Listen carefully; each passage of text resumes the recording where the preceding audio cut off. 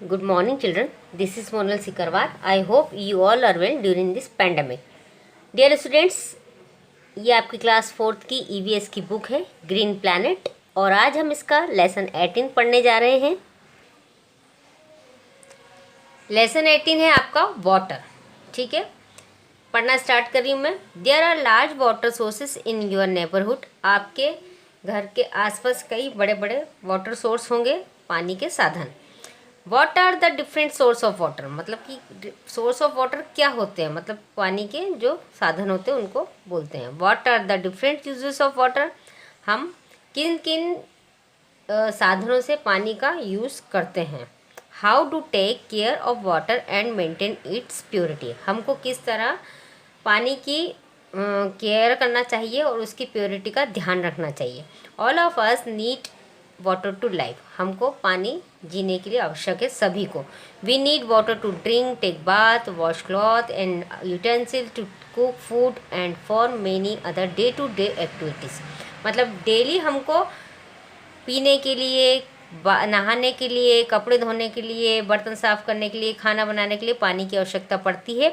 Plant and animals also need water to live, मतलब plant और जो पेड़ पौधे होते हैं और जानवर को भी पानी की आवश्यकता होती है उनके जीवन यापन के लिए। What are the various source of water, क्या होते हैं अलग अलग सोर्स ऑफ वाटर।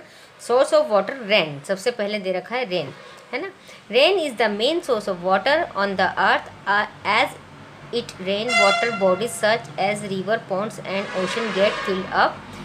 जो रेन होती है, जो हमारे मेन बारिश हमारे पानी का सबसे मेन सोर्स ऑफ वाटर होता है और इससे क्या होता है कि सभी नदी, तालाब, समुद्र भर जाते हैं। when there is less rainfall we can see less amount of water in river and ponds. Some water seep through the soil and it stored under the ground. We call this ground water, मतलब कि कुछ साधन ऐसे होते हैं जिनमें ज़मीन में पानी भरते हैं, जैसे कि कुएँ होते हैं। कुआँ एक ऐसा साधन होता है जो ग्राउंड वाटर होता है, हमारी ज़मीन का पानी। How do we get the ground water, ground water क्या होता है।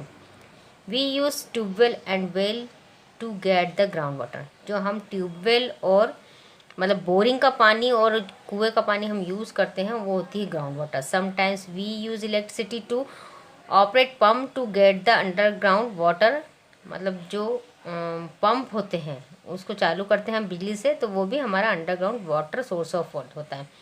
How do we draw water from a well, find out. Canal take water to place where river do not flow.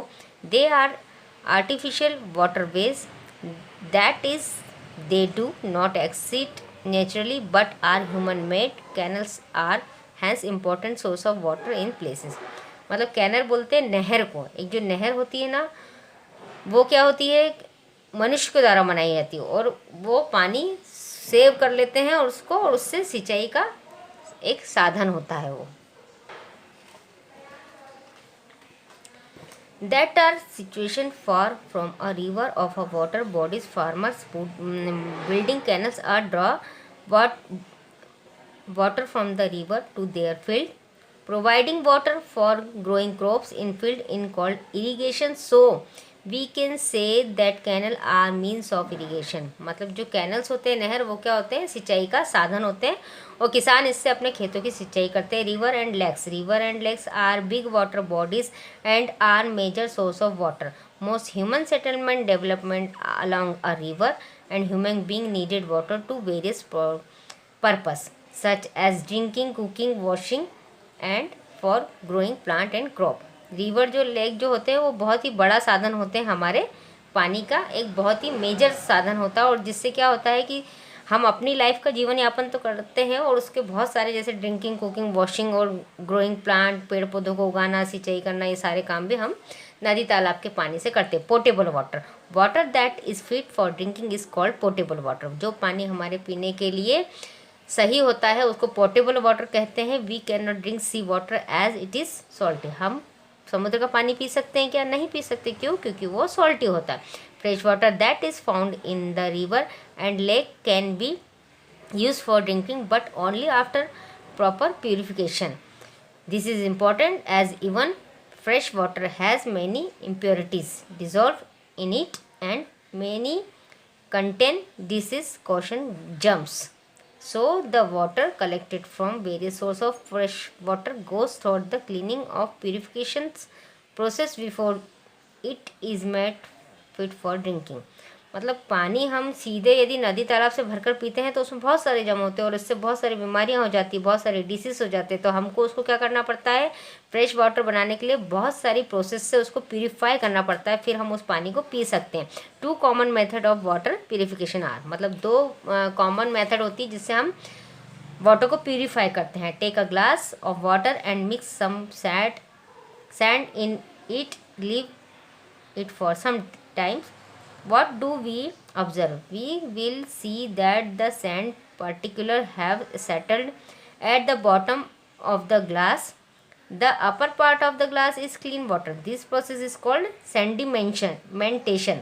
It is a common method of water purification. मतलब कि एक पानी का glass भरते हैं कांच का और उसमें कुछ कचरा वगैरह रहता है, वो मिक्स कर देते हैं और फिर उसको थोड़ी देर रख देते हैं। फिर क्या होता है कि पानी नीचे नीचे तो कचरा जम जाता है लेकिन ऊपर ऊपर क्या रहता है, क्लीन वाटर रहता है। तो इसको बोलते हैं सेडिमेंटेशन, पानी को साफ करना। बॉइलिंग, ये बहुत ही बढ़िया तरीका रहता है। One of the most effective means of kill germs present in water is throat boiling. सबसे ज़्यादा पानी के जम्स को मारने का सबसे बढ़िया तरीका होता है कि पानी को बॉईल कर लिया जाए, उबाल लिया जाए। Young children and people who are ill should always be given boiled water that has been cooled.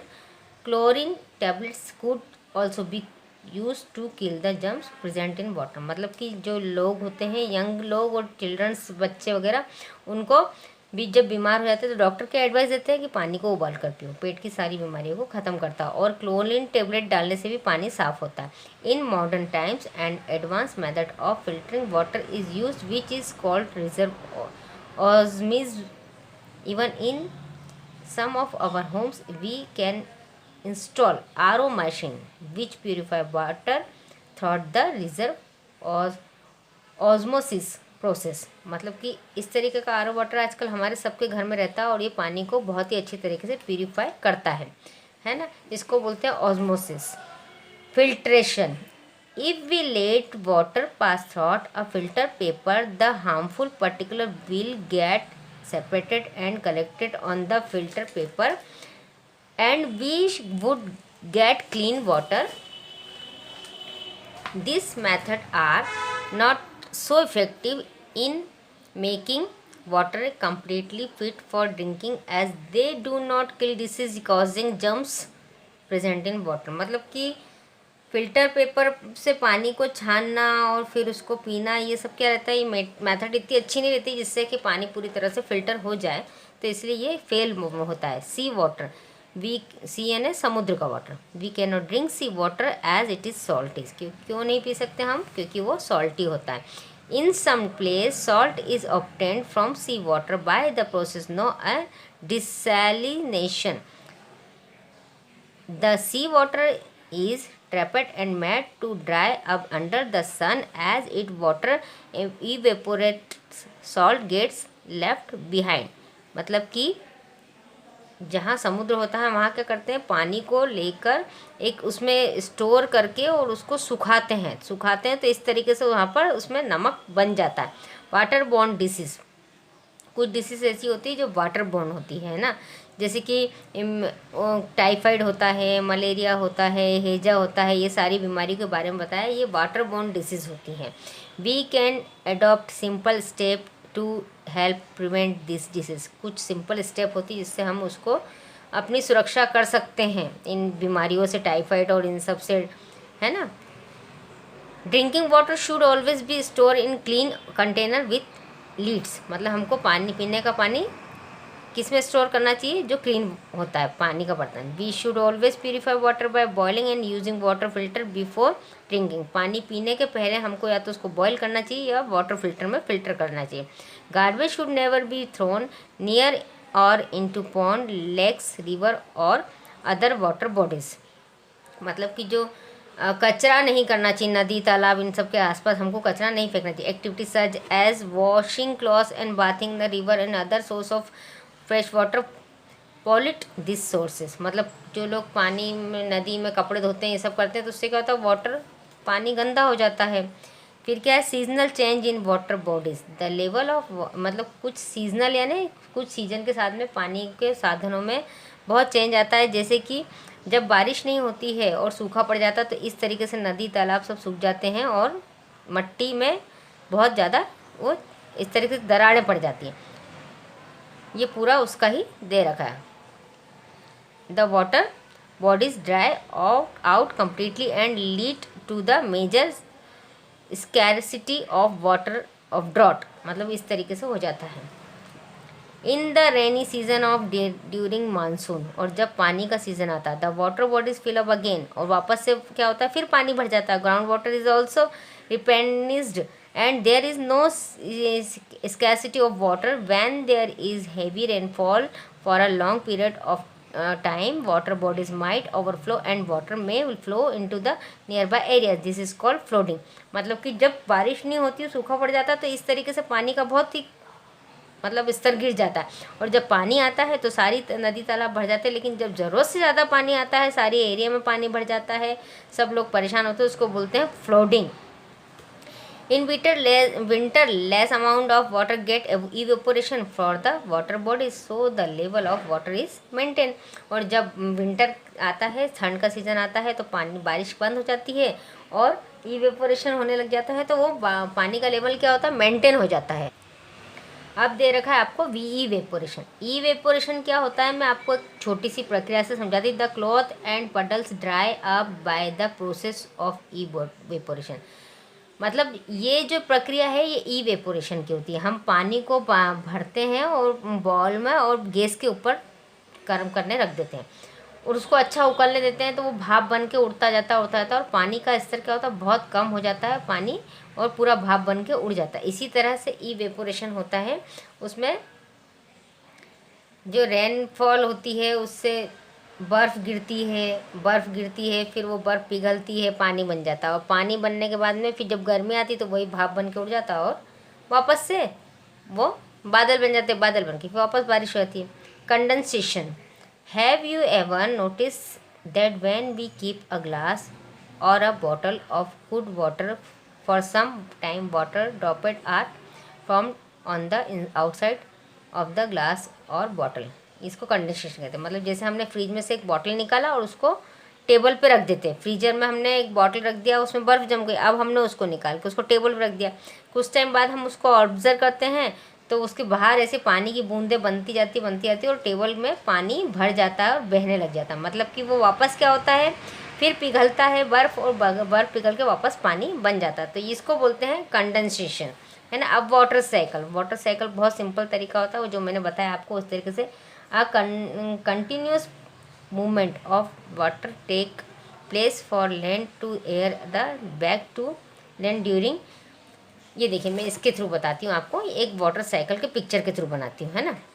The water from various water bodies get heated by the sun, water rises into the air in the form of water vapour, मतलब कि एक पानी से भरा हुआ स्थान है और वो क्या होता है कि हीटेड, मतलब सन की जो हीट होती है उससे वो भाप बन के उड़ने लगता है। High up in the air the water cool down and water vapour turn into tiny drop of water, this water droplet combine to from clouds, मतलब कि भाप बन के जैसे उड़ता है तो छोटी छोटी बूंदें बन के वह बादल में के रूप में बन जाता है।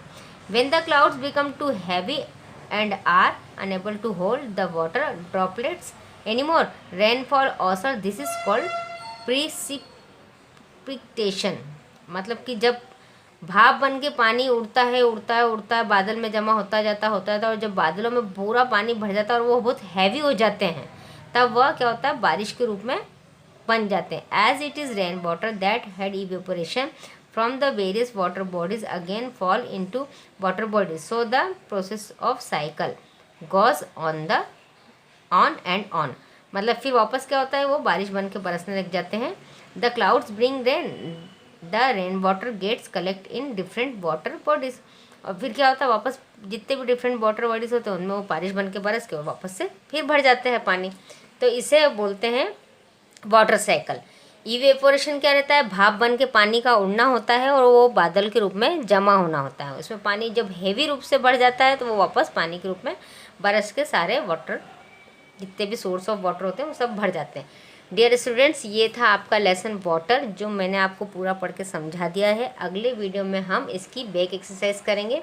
ओके, मिलते हैं नेक्स्ट वीडियो में बैक एक्सरसाइज के साथ में। Thank you.